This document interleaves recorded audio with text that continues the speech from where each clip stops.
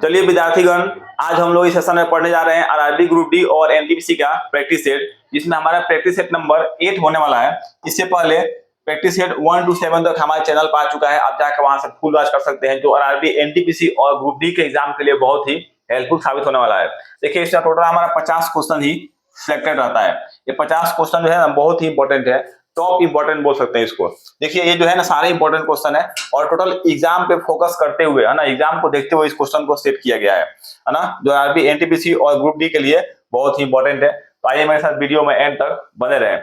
और हमारे चैनल पे 551 क्वेश्चन का जो है हिस्ट्री का, पूरे वर्ल्ड हिस्ट्री का और प्लस इंडिया का हिस्ट्री, सारे मिला के इसमें क्वेश्चन आ चुका है ना। वन ईयर सारे क्वेश्चन होंगे, आप जाकर वहां से देख सकते हैं और टेलीग्राम पे भी इसका पीडीएफ आपको देखने को मिल जाएगा। तो देखिए, आज के सेशन में फर्स्ट प्रश्न है कि महिलाओं को वोट देने का अधिकार जो है सबसे पहले किस देश ने दिया था। ये बहुत ही इंपॉर्टेंट क्वेश्चन है आरआरबी एनटीपीसी के लिए। इसका राइट आंसर हो जाएगा सी, न्यूजीलैंड ने दिया था सबसे पहले महिलाओं को वोट देने का अधिकार। कब दिया था? तो ये दिया था 1893 ईस्वी में। वहां का महिलाएं जो है ना, 1893 से मतलब वोट देना स्टार्ट कर दिया। उससे पहले महिलाओं को वोट देने का अधिकार नहीं था। देखिए, नेक्स्ट क्वेश्चन यहाँ पे लिखा है कि गदर पार्टी की स्थापना जो है कब और कहां हुई थी, है ना। देखिए, गदर पार्टी का स्थापना जो है ना 1913 में हुआ था, है ना। कहां हुआ था? सैन फ्रांसिस्को हुआ था, है ना। कहां पड़ता है? अमेरिका में पड़ता है, सैन फ्रांसिस्को में। किसने किया था? तो लाला हरदयाल और स्वर्ण सिंह भाखना ने किए थे ना। ये दो व्यक्ति मिलकर किए थे, लाला हरदयाल और स्वर्ण सिंह भाखना। याद रखना इसको। पहला लाला हरदयाल, लाला हरदयाल और स्वर्ण सिंह भाखना। दूसरा व्यक्ति थे स्वर्ण सिंह भाखना, है ना। ये दो व्यक्ति जो है, ये मिलकर जो है गदर पार्टी का स्थापना किए थे, है ना। याद रखना है, गदर पार्टी का स्थापना कब हुआ था? 1913 में हुआ था। कहां हुआ था? तो सैन फ्रांसिस्को में हुआ था। बहुत ही इंपॉर्टेंट क्वेश्चन है, इसको याद रखना है। देखिए, अगला प्रश्न है कि वर्ल्ड वॉच इंस्टीट्यूट कहाँ स्थित है ना। याद रखना है, वर्ल्ड वॉच इंस्टीट्यूट जो है ना, ये वाशिंगटन में स्थित है ना। कहाँ पे स्थित है? ये वाशिंगटन में स्थित है। ये पर्यावरण को देखते हुए इसको जो है इंस्टीट्यूट को बनाया गया, है ना। पर्यावरण से संबंधित है, वाशिंगटन में है। देखिए, नेक्स्ट क्वेश्चन है कि खाद्य पदार्थों का जो है संरक्षण जो है किसके द्वारा किया जाता है ना। देखिए, खाद्य पदार्थों का संरक्षण जो होता है ना, वो बेंजोइक अम्ल के द्वारा किया जाता है। किसके द्वारा किया जाता है? जो है फॉर्मूला पूछ देता है क्या होता है ना। तो बेंजोइक अम्ल जो है ना, इसका फॉर्मूला होता है C6H5COOH, है ना। ये बेंजोइक अम्ल का फॉर्मूला होता है ना। देखिए, यहाँ पे लिखा है साइट्रिक अम्ल, है ना। ये साइट्रिक अम्ल क्या होता है? ये खट्टे फलों में आपको देखने को मिलेगा साइट्रिक अम्ल, है ना। तो साइट्रिक अम्ल का फॉर्मूला क्या होता है? C6H8O7 होता है साइट्रिक अम्ल का फॉर्मूला, है ना। और एक होता है एसिटिक एसिड, है ना। एसिटिक एसिड का एक पूछता है CH3COOH, है ना। एसिटिक एसिड का होता है। और सल्फ्यूरिक एसिड तो पता ही होगा आप लोगों को, क्या होता है? H2SO4, है ना। H2SO4 होता है सल्फ्यूरिक अम्ल का, है ना। यहाँ से यहाँ प्रश्न आएगा, यहाँ से आपको क्या रखना है कि खाद्य पदार्थों का जो है संरक्षण किसके द्वारा किया जाता है? याद रखना है, बेंजोइक अम्ल के द्वारा किया जाता है खाद्य पदार्थों का संरक्षण, है ना। इसके द्वारा इसके रासायनिक सूत्र भी पूछता है, इसको भी याद रखना है साथ साथ में। देखिए, नेक्स्ट क्वेश्चन यहाँ पर आता है कि लाइसोसोम की खोज जो है किसने की थी, है ना। याद रखना है। देखिए, लाइसोसोम जो है ना, इसको क्या कहा जाता है? इसको क्या कहा जाता है बताना है आपको। तो ये जो है ना, कोशिका का आत्महत्या का थैली कहा जाता है लाइसोसोम को, है ना। क्या कहा जाता है? लाइसोसोम को जो है आत्महत्या का थैली कहा जाता है ना। कोशिका के आत्महत्या का थैली कहा जाता है। और जो है खोज किसने किया था? इसका राइट आंसर हो जाएगा डी डुबे ने किया था लाइसोसोम का खोज, है ना। इसको क्या कहा जाता है? कोशिका का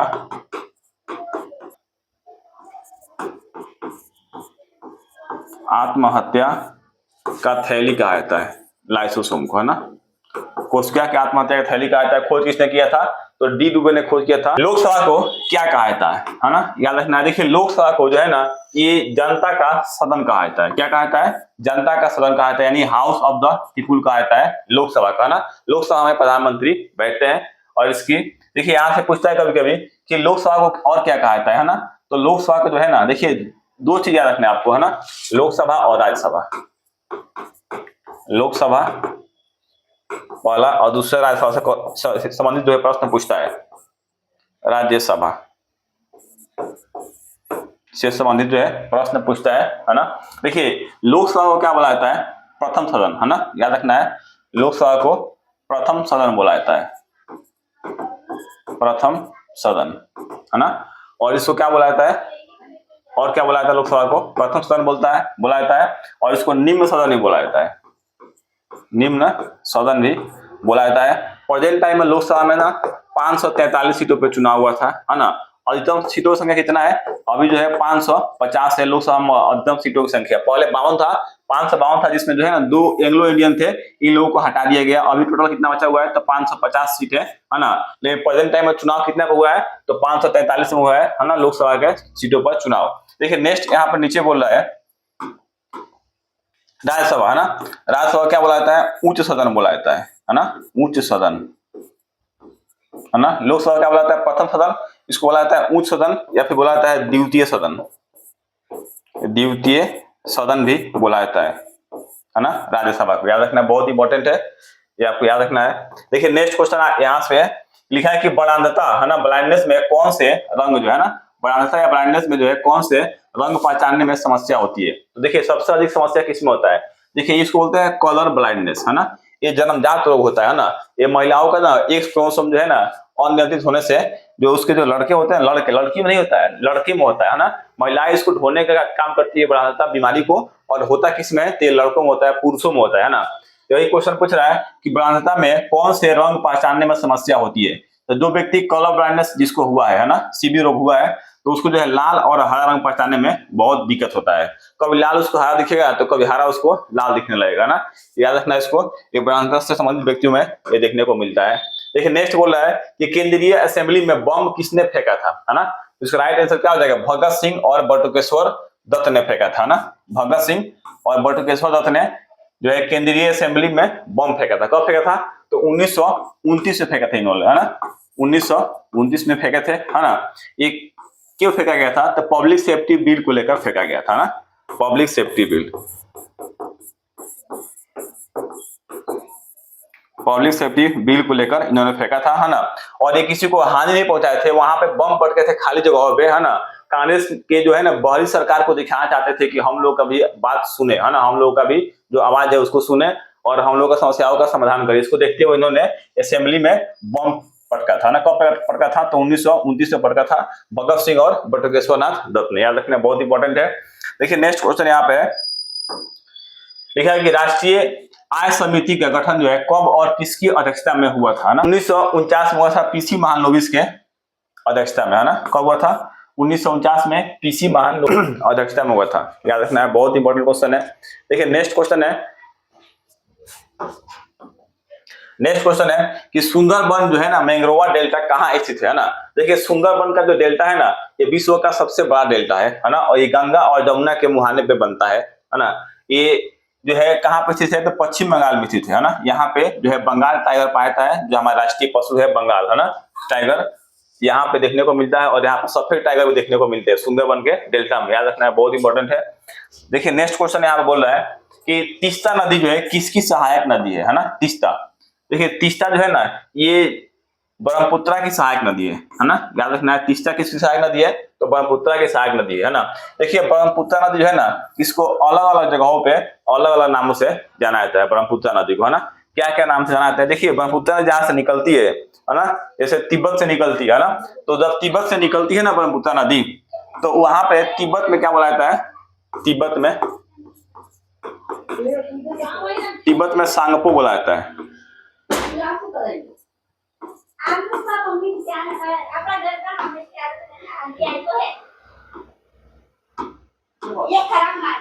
है ना, तिब्बत में सांगपो बोला जाता है ना। जबकि इसको अरुणाचल प्रदेश में क्या बोला जाता है, इसको दिहांग बोला जाता है ना। दिहांग बोला जाता है अरुणाचल प्रदेश में, है ना। जब असम में आती है ये नदी, असम में आती है,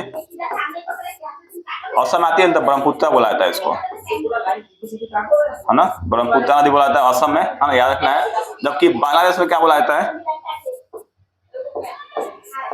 बांग्लादेश में क्या बोला जाता है इसको, बांग्लादेश में जमुना के नाम से जाना जाता है ना। बांग्लादेश में जमुना के नाम से जाना जाता है। ये 4 नामों से जाना जाता है, 4 जगहों पे अलग अलग नाम से एक ही नदी को जाना जाता है ना। याद रखना इसको। देखिए नेक्स्ट है कि मेरी 51, है ना, कविताएं का संकलन जो है किसने लिखा है। तो इसका राइट आंसर हो जाएगा अटल बिहारी वाजपेयी ने, है ना। अटल बिहारी वाजपेयी का जो है ना 51 कविताओं का संग्रह था, उसमें इसने बताया था ना। देखिए मेरी 51 तो था बोला ना। जबकि हरिवंश राय बच्चन का फेमस कविता क्या था, तो मधुशाला था, देखना इसका मधुशाला था हरिवंश राय बच्चन का, है ना। इसके अलावा आता है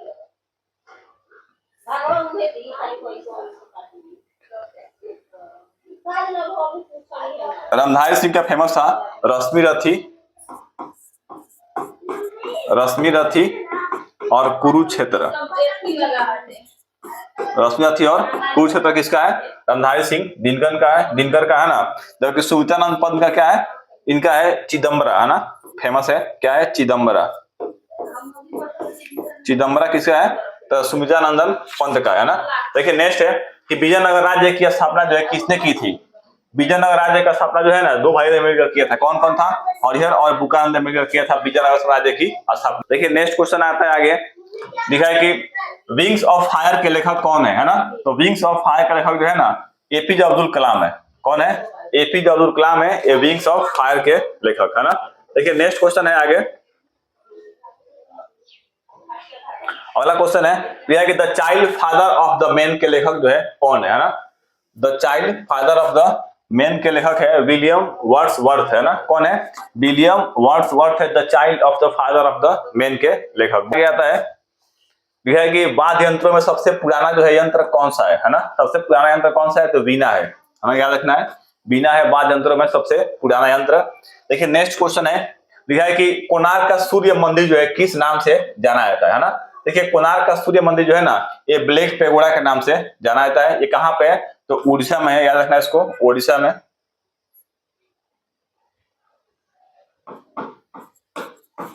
है ना। ये कहाँ पे, ओडिशा में है कोणार्क का सूर्य मंदिर, है ना। ये पूछता है कि किसने बनाया था, तो नरसिम्हा देव प्रथम ने बनवाया था ना। कोणार्क का सूर्य मंदिर जो है ना ये नरसिम्हा देव प्रथम ने बनवाया था ना। किसने बनाया था, नरसिम्हा देव प्रथम, नरसिम्हा देव प्रथम ने बनाया था कोणार्क का सूर्य मंदिर, बहुत इंपॉर्टेंट है।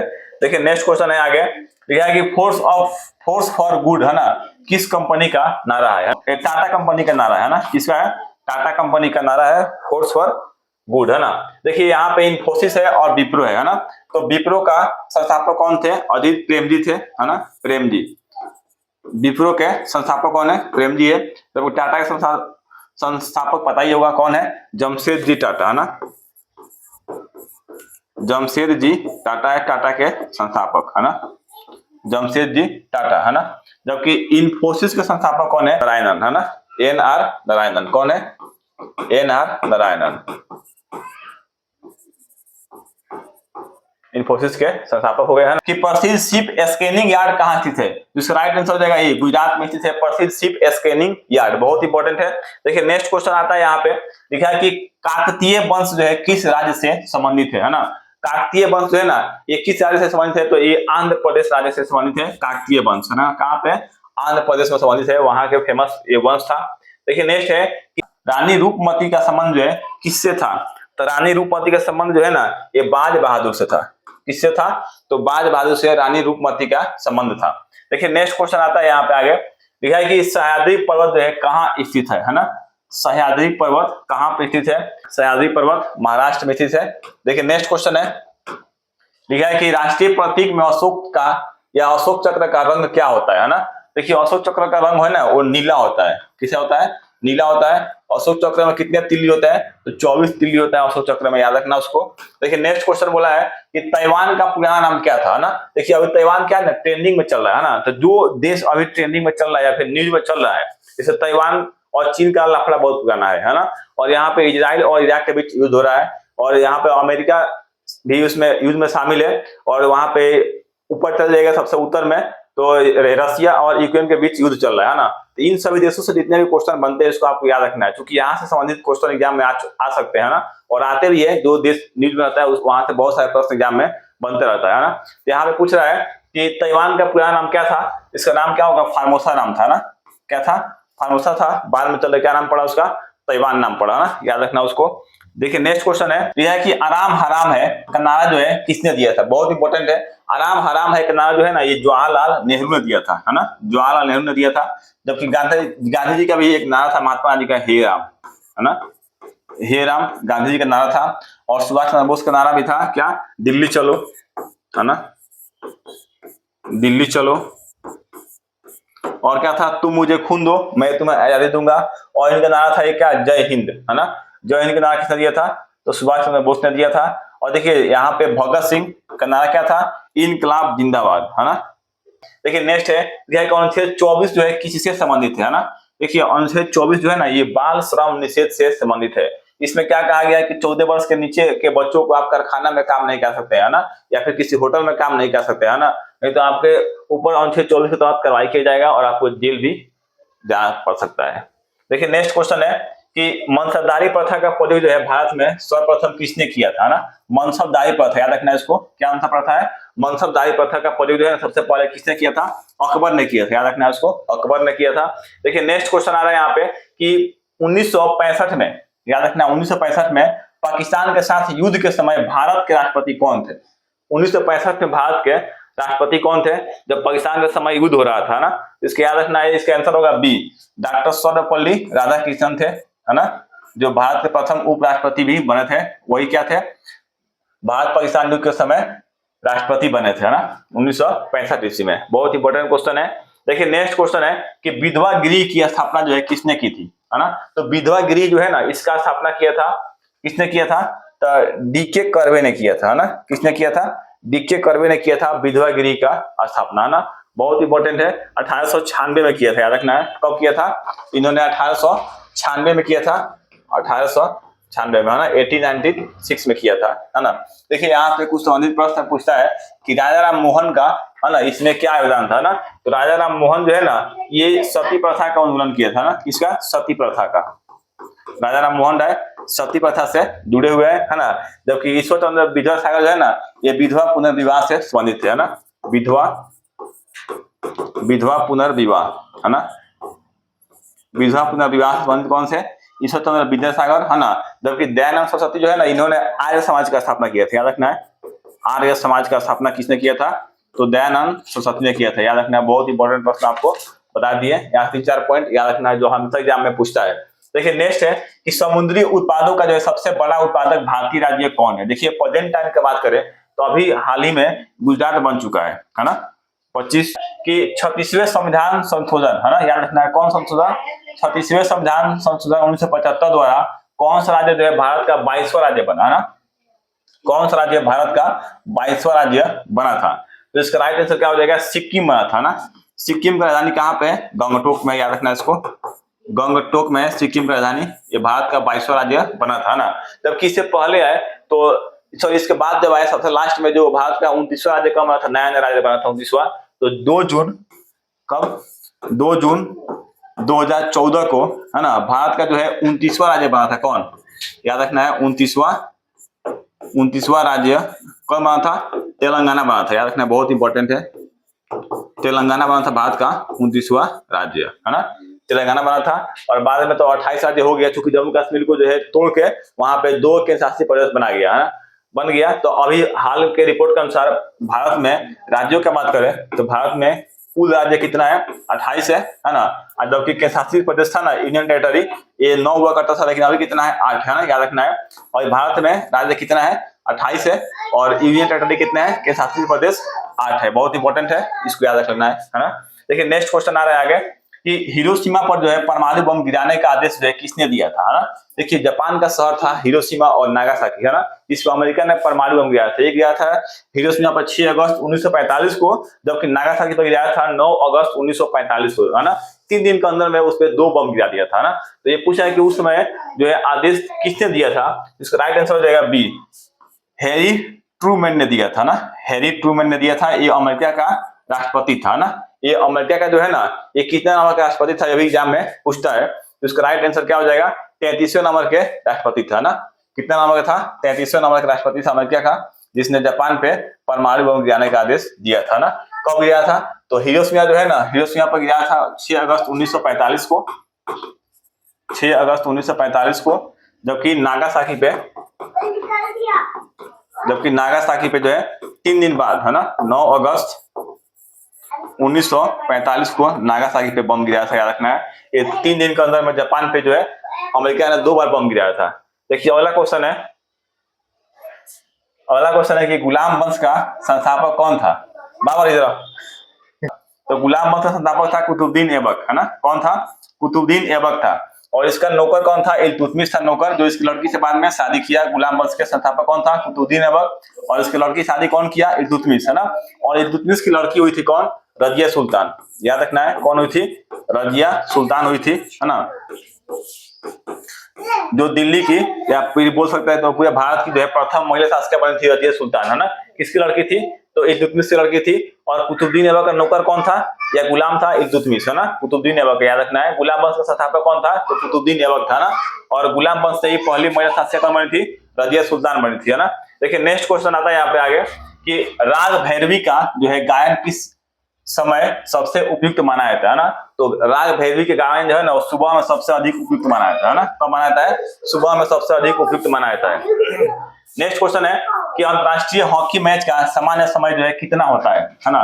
तो इंटरनेशनल जो होता है ना हॉकी, उसका सामान्य समय जो है 60 मिनट होता है ना, 60 मिनट। जबकि 2019 से पहले, है ना, 70 मिनट का हुआ करता था। 2019 से पहले जो है ना, 2019 से पहले 70 मिनट का हुआ करता था। लेकिन 2019 के बाद से कितना कर दिया गया? तो 60 मिनट का कर दिया गया अंतरराष्ट्रीय हॉकी मैच, है ना। याद रखना, उसका टाइम हो गया 60 मिनट, यानी 1 घंटा का हो गया है। देखिए नेक्स्ट क्वेश्चन है कि ध्वनि की इकाई क्या है ना। तो देखिए ध्वनि की इकाई जो है ना, ये क्या है? डेसिबल, है ना। जबकि हर्ट्ज किसका इकाई है? तो हर्ट्ज है आवृत्ति का, है ना। याद रखना है, हर्ट्ज किसका है? आवृत्ति का। और न्यूटन किसका होता है? तो बल का SI मात्रक क्या होता है? न्यूटन होता है ना। जबकि जूल का बात करें तो कार्य का SI मात्रक क्या होता है? जूल होता है ना। कार्य का SI मात्रक जूल होता है। देखिए नेक्स्ट क्वेश्चन है कि परम शून्य ताप का मान क्या होता है ना। तो परम शून्य ताप का मान जो होता है ना, -273 डिग्री सेल्सियस होता है ना। लगभग में -273.15 डिग्री सेल्सियस माना जाता है परम शून्य तापमान, है ना। देखिए नेक्स्ट क्वेश्चन आता है, देखिए कभी कभी यहाँ से प्रश्न आता है कि वो कौन सा तापमान है जिस पर सेल्सियस और फारेनहाइट जो है दोनों बराबर होता है ना। तो देखिए -40 डिग्री एक ऐसा तापमान है जिसपे सेल्सियस और फारेनहाइट, है ना, ये दोनों बराबर होता है। याद रखना है, सेल्सियस और फारेनहाइट दोनों बराबर किस पे होता है? -40 डिग्री सेल्सियस से आप निकाल सकते हैं। इसके निकालने के लिए फॉर्मूला भी होता है। देखिए याद रखिएगा फॉर्मूला, C/5 इक्वल टू, है ना, F-32/9, है ना। यहाँ से आप निकाल सकते हैं। -40 यहाँ रखिएगा तो F का वैल्यू -40 आएगा। फिर -40 यहाँ रखिएगा तो C का वैल्यू -40 आएगा। अगर यहां से निकाल सकते हैं सेल्सियस और फारेनहाइट के लिए फॉर्मूला, ये बेस्ट है ना। याद रखिएगा। देखिए नेक्स्ट क्वेश्चन है कि धोलावीरा जो है किस राज्य में स्थित है ना। तो धोलावीरा जो है ना, ये कहाँ पे स्थित है? ये गुजरात में स्थित है, धोलावीरा शहर, है ना। धोलावीरा शहर को जो है ना, ये यूनेस्को में शामिल कब किया गया था? तो यहाँ पे याद रखना, उसको 2021 में इसको यूनेस्को में शामिल किया गया है ना। धोलावीरा शहर जो है ना गुजरात का, उसको 2021 में जो है यूनेस्को में शामिल किया गया है। कब किया गया है? 2021 में यूनेस्को में शामिल किया गया है धोलावीरा शहर को, है ना। ये कहाँ पे है? तो गुजरात में स्थित है। देखिए नेक्स्ट क्वेश्चन आता है कि जौनपुर शहर को जो है किसने बसाया था ना। तो जौनपुर शहर को जो है ना, ये शहर को फिरोज शाह तुगलक ने बसाया था। किसने बसाया था? फिरोज शाह तुगलक ने जौनपुर शहर को बसाया था। देखिए नेक्स्ट क्वेश्चन है कि भारत में जो है सबसे प्राचीन अभिलेख जो है किसके हैं, है ना। भारत में सबसे प्राचीन अभिलेख जो है ना, ये अशोक का है ना। अशोक का जो है सबसे प्राचीन अभिलेख है। सबसे पहले अभिलेख बनाना किसने शुरू किया था? अशोक ने। तो प्राचीन सबसे किसका होगा? अशोक का ही होगा ना। याद रखना इसको। देखिए नेक्स्ट क्वेश्चन आता है कि अभिलेखों के अध्ययन को क्या कहा जाता है ना। जो अभिलेख होते हैं ना, उसका जो अध्ययन करते हैं उसको क्या कहा जाता है? तो अभिलेखों के अध्ययन को जो है ना एपीग्राफी कहा जाता है ना। क्या कहा जाता है? एपीग्राफी कहा जाता है अभिलेखों को अध्ययन को। याद रखना इसको। देखिए नेक्स्ट क्वेश्चन है कि भौतिकवादी दर्शन के प्रवर्तक कौन थे ना। तो भौतिकवादी जो है ना दर्शन, उसके प्रवर्तक कौन थे? इसका राइट आंसर हो जाएगा चवाक थे, है ना। कौन थे? चवाक थे भौतिकवादी दर्शन के प्रवर्तक, है ना। जबकि पतंजलि किसके थे? ये थे योग दर्शन के प्रवर्तक थे, पतंजलि, है ना। योग दर्शन के प्रवर्तक कौन थे? पतंजलि थे, है ना। और भौतिकवादी के कौन थे? यहाँ पे चवाक थे, है ना। फिर पूछता है कि पुरातात्विक, है ना, पुरातात्विक, या फिर पूछता है कि परमाणु सिद्धांत के प्रवर्तक कौन थे। तो परमाणु सिद्धांत के प्रवर्तक जो है ना, ये थे कणाद, है ना। एक कणाद जो है ना, ये परमाणु सिद्धांत के प्रवर्तक थे, है ना। परमाणु सिद्धांत के प्रवर्तक कौन थे? कणाद थे, ना। याद रखना है। जबकि गौतम किसके प्रवर्तक थे? तो गौतम जो है ना, ये न्याय दर्शन के प्रवर्तक थे, ना। गौतम जो है ये न्याय दर्शन के प्रवर्तक कौन थे? गौतम थे ना। न्याय दर्शन के प्रवर्तक कौन थे? तो गौतम थे। बहुत इंपॉर्टेंट है। देखिए नेक्स्ट क्वेश्चन है, लिखा है कि ब्यास नदी का प्राचीन नाम क्या था ना। देखिए ब्यास नदी जो है ना इसका प्राचीन नाम था बिपाशा। क्या नाम था? बिपाशा नाम था ब्यास नदी का प्राचीन नाम। देखिए नेक्स्ट क्वेश्चन है, लिखा है कि श्रीनगर शहर की स्थापना जो है किसने की थी, है ना। तो श्रीनगर शहर का स्थापना जो है ना सबसे पहले जो किया था किसने किया था? तो अशोक ने किया था ना। श्रीनगर शहर का स्थापना किसने किया था? अशोक ने किया था, याद रखना इसको। देखिए नेक्स्ट क्वेश्चन है कि विक्रमादित्य के बाद, है ना, गद्दी पर जो है कौन बैठा था, है ना। तो विक्रमादित्य के बाद जो है गद्दी बैठने वाला व्यक्ति था कौन? कुमारगुप्त प्रथम था, है ना। कुमारगुप्त प्रथम एक ऐसा व्यक्ति था जिसने नालंदा विश्वविद्यालय को बनाया था, याद रखना इसको। नालंदा विश्वविद्यालय को बनाया था ना। नालंदा विश्वविद्यालय को किसने बनाया था? कुमारगुप्त प्रथम ने बनाया था, याद रखना इसको, बहुत इंपॉर्टेंट है ना। देखिए नेक्स्ट क्वेश्चन आता है यहाँ पे, यह है कि मंदिर निर्माण कला का, है ना, मंदिर निर्माण कला का प्रारंभ जो है किस काल में हुआ, है ना। तो मंदिर निर्माण कला का प्रारंभ जो है ना ये सबसे पहले हुआ था कब? ये हुआ था गुप्त काल में हुआ था ना। गुप्त काल में हुआ था मंदिर निर्माण कला का प्रारंभ, है ना, गुप्त काल में हुआ था। देखिए नेक्स्ट क्वेश्चन है कि मेगास्थनी जो है किसके शासन काल में जो है भारत आया था ना। तो मेगास्थनी जो है ना वो चंद्रगुप्त मौर्य के शासन काल में भारत आया था ना, याद रखना है। मेगास्थनीज के पुस्तक का नाम था इंडिका, है ना, बहुत ही फेमस था इंडिका, इसका पुस्तक का नाम था मेगास्थनीज के, है ना। मेगास्थनीज के पुस्तक का नाम था इंडिका नाम था, है ना। और मेगास्थनी जो है ना ये सेल्यूकस निकेटर का राजू था। सेल्यूकस निकेटर जो है ना ये चंद्रगुप्त मौर्य के दरबार में भेजा था मेगास्थनीज को, है ना, याद रखना इसको।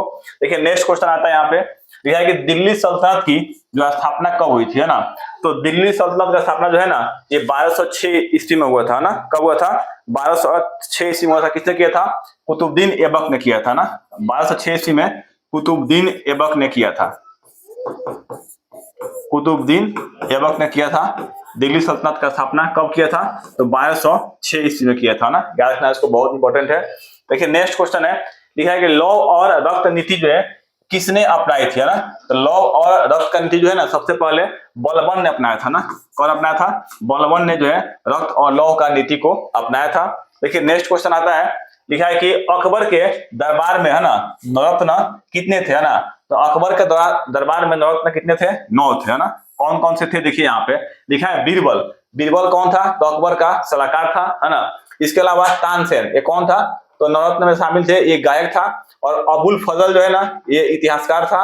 और फैजी कवि था। इसके अलावा राजा टोडरमल, है ना, ये कौन था? वित्त मंत्री था अकबर के दरबार में नवरत्न, है ना। फिर है कि राजा मान सिंह कौन थे? तो ये सेनापति थे, है ना। इसके अलावा जो है अब्दुल रहीम खान ए खन्ना, ये कौन थे? ये कवि थे, है ना। अब्दुल रहीम खान ए खन्ना कौन थे? कवि थे। फिर है कि मुल्ला दो प्याजा, ये कौन थे? तो सलाहकार थे, है ना, अकबर के नवरत्न में। इसके अलावा है कि फकीर अजिया उद दीन, ये कौन था? ये सलाहकार था, है ना। ये थे अकबर के जो है नवरत्न, है ना। ये 9 है, याद रखना इसको। कौन कौन था? बीरबल, तानसेन, अबुल फजल, फैजी, राजा टोडरमल, है ना। इसके अलावा राजा मान सिंह, है ना, अबुल रहीम खान ए खन्ना, है ना, और मुल्ला दो प्याजा और फकीर अजियोउद्दीन, है ना, ये सलाहकार थे। देखिए नेक्स्ट क्वेश्चन है, लिखा है कि भारतीय शिक्षा का मैग्ना कार्टा जो है किसे कहा जाता है ना। तो भारतीय जो है शिक्षा का मैग्ना कार्टा का बात करें, ये कहा जाता है वुड्स डिस्पैच को, है ना। किसको कहा जाता है? वुड्स डिस्पैच को जो है भारतीय शिक्षा का मैग्ना कार्टा कहा जाता है ना, याद रखना इसको, बहुत इंपॉर्टेंट है। फिर देखिए नेक्स्ट क्वेश्चन है, नेक्स्ट है कि जालियांवाला बाग जो है हत्याकांड के समय पंजाब का गवर्नर कौन था? बहुत इंपॉर्टेंट है। देखिए जालियांवाला बाग जो हत्याकांड है ना ये कब हुआ था? जालियांवाला बाग हत्याकांड जो है 13 अप्रैल, है ना, 13 अप्रैल 1919 को हुआ था, है ना। पंजाब में उस दिन बैसाखी पर्व जो है मनाया जा रहा था 13 अप्रैल 1919 को, जिस समय जालियांवाला बाग हत्याकांड हुआ था, है ना। इसमें जो है पंजाब का गवर्नर कौन था? इसका राइट आंसर क्या हो जाएगा? ओ डायर, है ना। जनरल ओ डायर था पंजाब का गवर्नर, याद रखना है उसका, है ना। जालियांवाला बाग हत्याकांड इसने ही करवाया था ना, देखना है। नेक्स्ट क्वेश्चन है कि साबरमती आश्रम की स्थापना जो है कब हुई थी, है ना। तो साबरमती आश्रम की स्थापना जो है ना ये 1916 में हुआ था। कब हुआ था?